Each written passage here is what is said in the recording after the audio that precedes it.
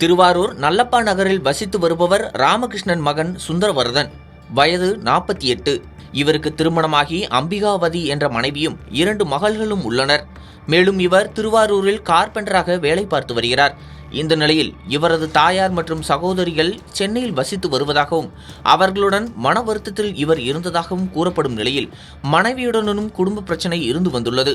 இதனால் தீவிர மன உளைச்சலில் நேற்று வீட்டில் யாரும் இல்லாத சமயத்தில் தனக்குத்தானே தூக்கிலிட்டு சடலமாக தொங்கினார்.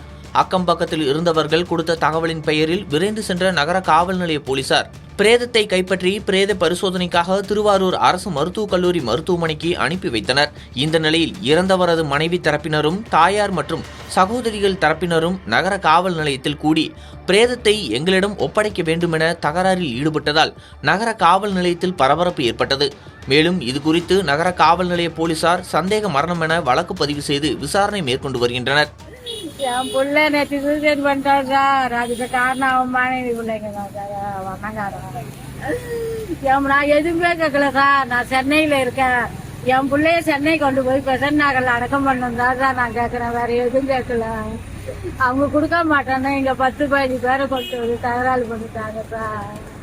என் பிள்ளைய வீட்டுக்கு நிற்க பணத்தை யாரு கொடுக்க சார்? உயிரோட வந்து பணத்தை பிள்ளைய உயிரோட வந்தான். பணத்தையாவது தாகிட்டு பார்த்தா சார் நான் ஹார்ட் பேஷண்ட் சார்.